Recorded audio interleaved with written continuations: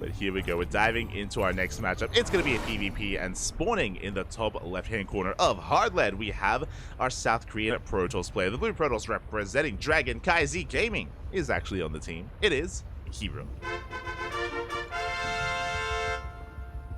And spawning in the bottom right-hand corner, we have as opponent, we have the South Korean Protoss player. The Red Protoss, currently teamless, but returning to the game after quite a long hiatus, taking down Dark. It is PartinG.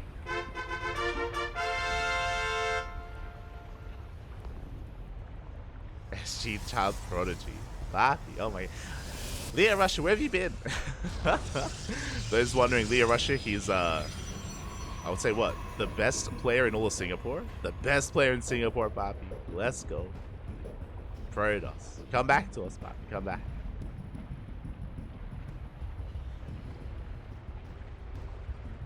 Here we go, we're getting into our PvP, and I would have assumed that this is typically the case when it comes to returning players, is that their mirror matchups are their best matchup. That was the case with Gumiho returning, that was the case with Ryung returning, with Stats as well, and I would imagine that that would be the case with PartinG, just because mirror matchups have changed the least over time. I mean, I say that, TVT has had quite a change recently, so that's not as applicable to Terran versus Terran. But I'm curious to see how PartinG does approach this. As for the time being, we have a double gate opener here out of herO, double gate opener out of PartinG. Now, something important to bear in mind is that in the previous series against Dark, PartinG was in the driver's seat. PartinG, he was dictating the pace of the game the entire time in that best of 3. Meanwhile, here in this PvP, herO is going to be a little more comfortable being the aggressor, I imagine. Like herO, he's very much so one to just throw down a one-base all in and just come at you here and now. So we'll see how comfortable PartinG is if he is going to be the defender. For now, 2-gate opener. Getting into our first 2 units of choice, it's going to be double Stalker here out of PartinG, going to be double Adept out of herO. This is kind of what we spoke about. herO is going to be the aggressor, is going to be moving out with these Adepts. Going to be looking to shade into the mineral line and focus down some workers. As we double down even further, going for a Stargate. So basically, this is kind of your traditional aggressive opener here from Protoss in PvP. It's not all in by any means, but we're going to be harassing with Adepts alongside Oracles. Going to have Oracles threatening the main base, Adepts threatening the wall as well. We can, of course, bring this together or try to pull apart our opponent. And the way that we can bring this together is that if herO sees an opportunity, he could dive in with the Oracle, he could kill this probe, and then shade in with the Adepts, and then there won't be a unit in position to wall off. So there's potential here to kind of use these 2 units together to get even more damage done. Or the Oracle could just go for the mineral line. Have options as the Oracle is now on the way. Likewise, we have PartinG fanning his units out, looking for any kind of proxies, does confirm the expansion, and PartinG opts to go for a Stargate himself. Okay. It is going to be a Stargate opener from our Red Protoss as well. Going to be significantly later, but on the way nonetheless. Oracle in production. herO is going to be hitting first. And behind this, we're getting into Robo play. Okay, so we're going for a delayed blink essentially here from herO. With this faster Robo, he can build up towards a higher immortal count and make up for the fact that he won't have blink. Speaking of, PartinG still hasn't really chosen his own tech of choice, as herO is going for a Phoenix behind this. Uh-oh. He is going for the Phoenix. Oracle is going to be dipping in. Likewise, Oracle moves out for PartinG. We do have a shield battery, but it's not quite covering the entire... Barely is. Barely is covering the mineral line, and we don't really get any damage done here. The shield battery is more than enough to out-heal the DPS of an Oracle. But we do get eyes onto the Stargate at the same time across the map. We're in position, and we shut down the Oracle. Phoenix comes out just in time. Do we recall? We do. We do recall just in time. Oracle does escape. And herO, he's aware of the Blink Stalker follow-up. And again, he's already got Immortals on the way. So herO, he will have a less mobile army. Without Twilight Council, without Blink, he will have... Again, less maneuverability overall, but he will have a more robust army with a massive amount of Immortals to make up for his lack of blink. But both our players going for slightly different compositions. With this PartinG, he can commit to Mass Blink Stalker, commit to a Forge, get into +1. But now though, PartinG is stuck at home. Again, even the Oracle can't really move out. If it did, I mean, recall's on cooldown, and there's a Phoenix out there. We have to respect it. Do have to respect it here. So we are going to be stuck at home. Well, across the map, we're still just amassing units, amassing more Immortals. We're going to be calming things down here and just chilling out as we get up to 2 base saturation and start working towards our thirds. PartinG even throwing down a stasis trap here, just being that much more safe and secure.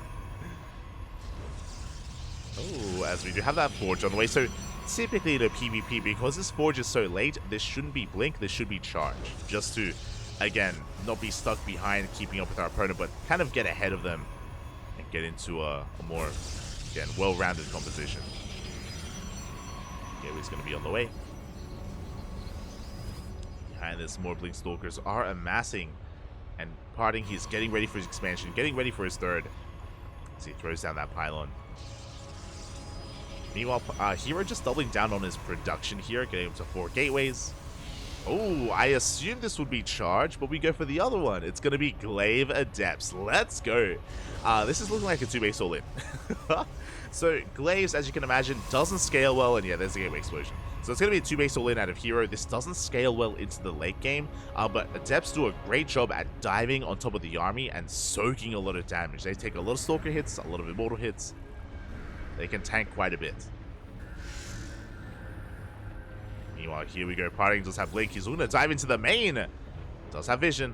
Does see the production. We have a handful of Immortals here. Stalker's going to be coming in as well. We go for the Sentry. Nice pickup. Very cute there from PartinG. The Sentry rotate around, has plenty of stasis traps. Oh! Speaking of, they do catch the army of PartinG. These Stalkers are going to be trapped, and we can collapse on this. Oh. We can collapse at the same time. Adepts say shade in. They will be dealt with. 2 Adepts going to be going down. PartinG does get caught out at the same time. Stage trap across the map. A good reaction out of PartinG. Does avert disaster. Ooh. Meanwhile, herO flies too close to the sun. Will be losing his Phoenix. And bit of mispathing there.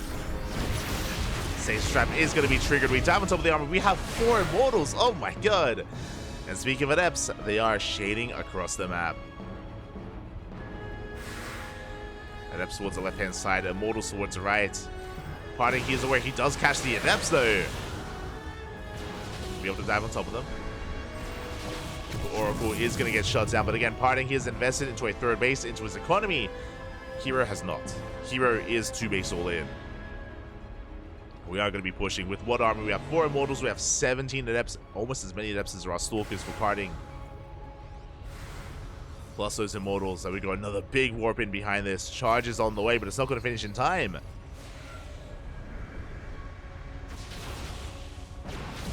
And we are pushing towards that 3rd base. Stage trap is done. We do dive out in. But we commit to the shade. Adepts, they shade into the natural base. The Immortals, they deal with the Stalkers. They're quite exposed. Yeah, the Immortals are going to be going down. A brutal loss here for herO. Every single Immortal goes down. But the Adepts, they shade into the main base. And oh my god! They eviscerate the economy. 26 probes go down. And we're not done. Nowhere near. We depower some of these gateways. We threaten to shade into that 3rd base as well. And we're going for more pylons. Charge did finish, thankfully. But everything is being depowered at this point. Back at home, Immortals are on the way. As we shade on top of the army. Shut down some of those Stalkers. And again, you can see just how tanky these Adepts are. Focusing down Stalker after Stalker. We shade into the 3rd base. More probes going to be going down. PartinG down to 25 workers. Behind this, again, we're still just building up more Immortals. Getting back into Stalkers. Making sure we survive the counterattack. And herO, he barely even loses any Adepts, which is insane. He lost 8. He lost 8 Adepts. Still has 17. Shades the hell out of there. And behind this is getting into his own 3rd base. The herO, he has an economic lead. Has a higher worker count. Building up his Immortals. And PartinG is in a rough position here. I mean, again, the advantage that PartinG has is he has Blink. He has Blink over his opponent, so I do like this move out. We could potentially dive into the main, pick off some units, pick off some production, and then recall back home. Looks like that is what PartinG is going for. Okay, we do blink on in. Oh, Oracle is going to be going down, but we will depower the Robo. Robo is depowered. Pushing to the main. A couple pylons. Again, herO is playing catch up. By the time the army does arrive, we should be recalling out of here. We shouldn't stick around. Need to get out. Up. As we're getting a little bit greedy here, the army is collapsing on this end. It looks like we're just committing to the fight. GG is going to get called as we do get caught out. And we had nothing else back at home. herO will take game number 1. GG. I'm a little bit concerned that... I'm a little bit concerned that the reason why we didn't see a recall was because we didn't have any energy. I hope that isn't the case. But that may be the reason as to why PartinG wasn't able to get out of the main base. Regardless, GG. herO does take the first game. Does take the first game there. Does take a lead. And with that, we're going to be getting into game number 2.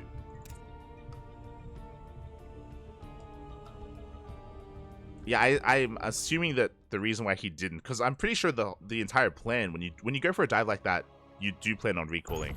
I assume the reason why he didn't is because he was just chrono boosting a little bit too much, and he did not have a recall available, and that is devastating. Because that was all that he had left. That was his army. That was it.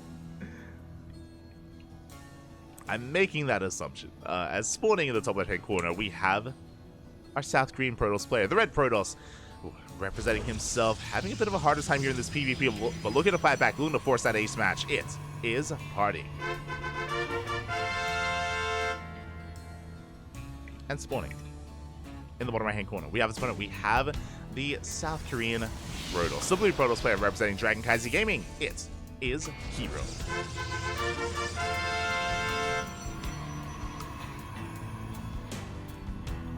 Go.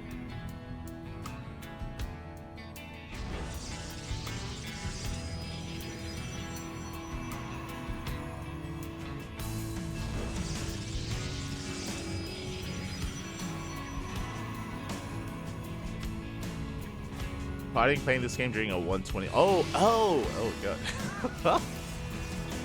120-hour stream, Jesus. Not like this. Regardless, we're getting into this, and so far we have mirrored builds. It's going to be a 2-gate opener from both players. I'm curious if either one is willing to go for a proxy this game into a hidden pylon. For now, everything is by the book though. We are keeping up.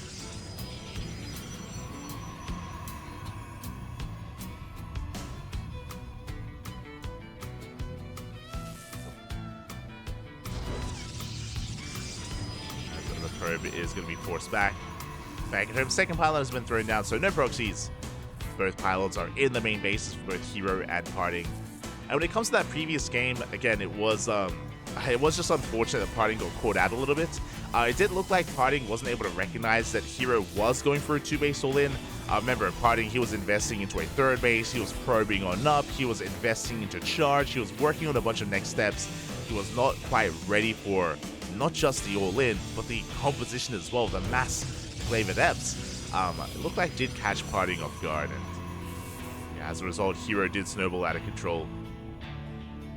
But we'll see how our players do adapt and how PartinG does differ here in game 2. How do we bounce back?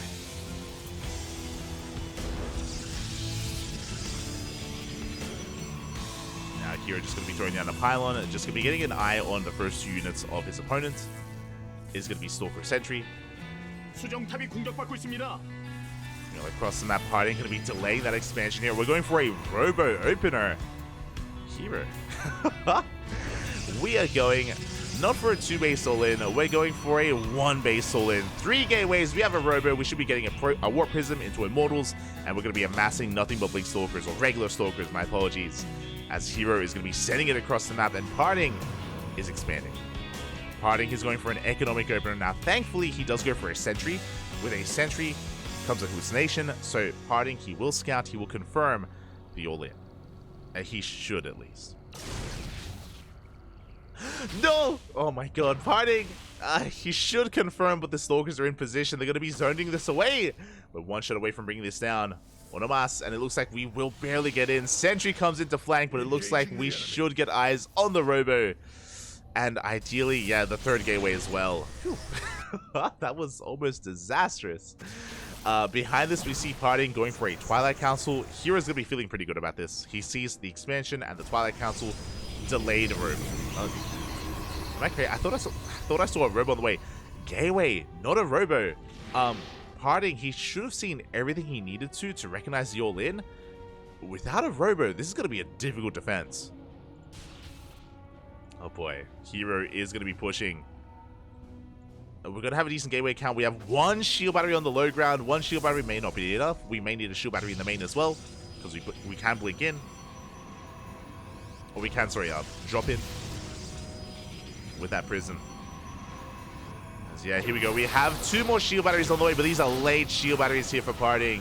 Good force fields. We do buy time. Likewise, herO just avoiding the force fields, avoiding those shield batteries, going into the main base instead. And we are underprepared in the main. herO just forcing his way in, and no more force fields are available. No shield batteries, no overcharge. And the boys, they have to be pulled. The boys are being pulled here, but so many workers going to be going down. Good juggling here out of herO. Keeping these Stalkers alive and forcing his way through, unlocking the whole position micro there from PartinG.